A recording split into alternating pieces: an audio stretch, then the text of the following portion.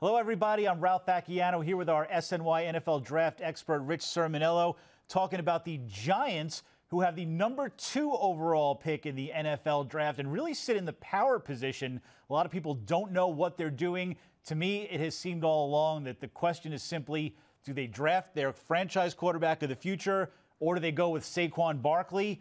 Rich, where do you fall on that debate, and what do you think the Giants are going to do? Well, I think a lot depends, obviously, on the Cleveland Browns at #1. If the Browns go with Sam Darnold, which I expect to happen, I don't think the Giants take a quarterback. I understand the rationale for Dave Gettleman. Listen, you're the New York Giants. You're not going to be, hopefully, drafting #2 overall, top 5, top 10 overall. So if you're going to get that franchise replacement for Eli, now would be the time to do it.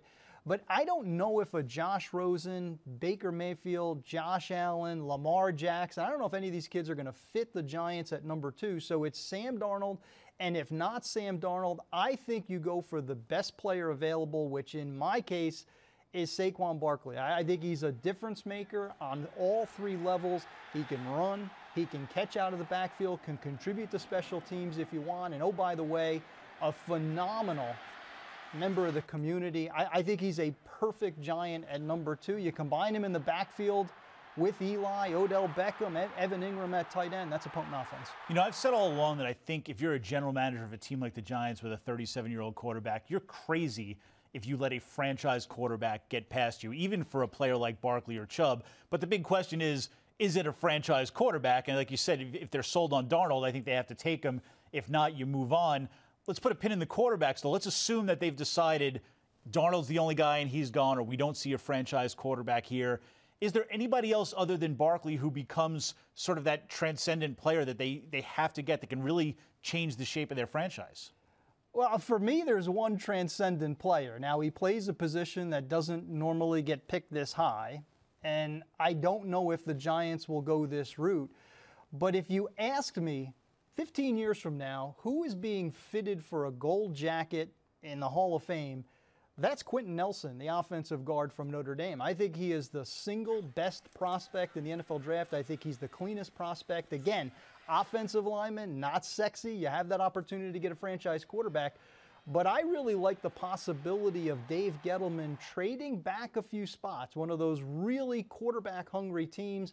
Cardinals, Bills, somebody goes up to #2, you gather up some picks, move back, take Quentin Nelson, because that offensive line was abysmal last year. You know, trading back makes a lot of sense, but with Dave Gettleman saying that you can find a Hall of Fame caliber player to that gold jacket guy, you can only go so far. So where is a realistic spot where they could drop to? I mean, who in the top 10, top 6 would be a good trading partner? That's a great question, Ralph. I think the team to look at would be #5 in the Denver Broncos. I mean, they have their bridge quarterback now in Case Keenum, but I think John Elway is looking for something higher. I think he's looking for more of an elite premier quarterback.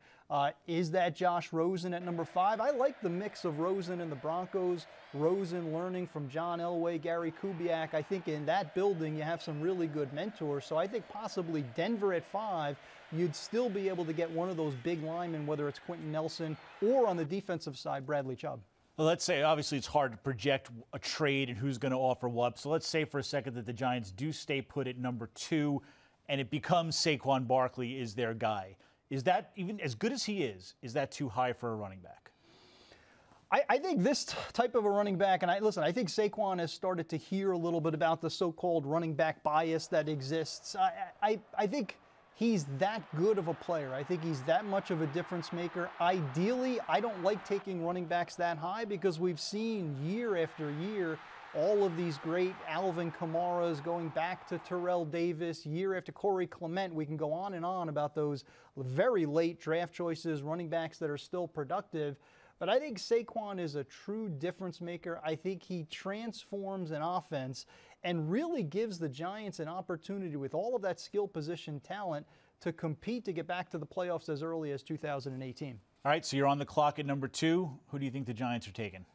Yeah, I think it's going to be Saquon Barkley. At the end of the day, it's going to be Sam Darnold, but I think Darnold goes to the Cleveland Browns. Give me Saquon Barkley at #2. I think he begins his career right here in the tri-state area. Interesting. Not buying the Josh Allen to Cleveland talk, I see, which would put Sam Darnold there, and I agree, it would end up with Saquon Barkley with the Giants.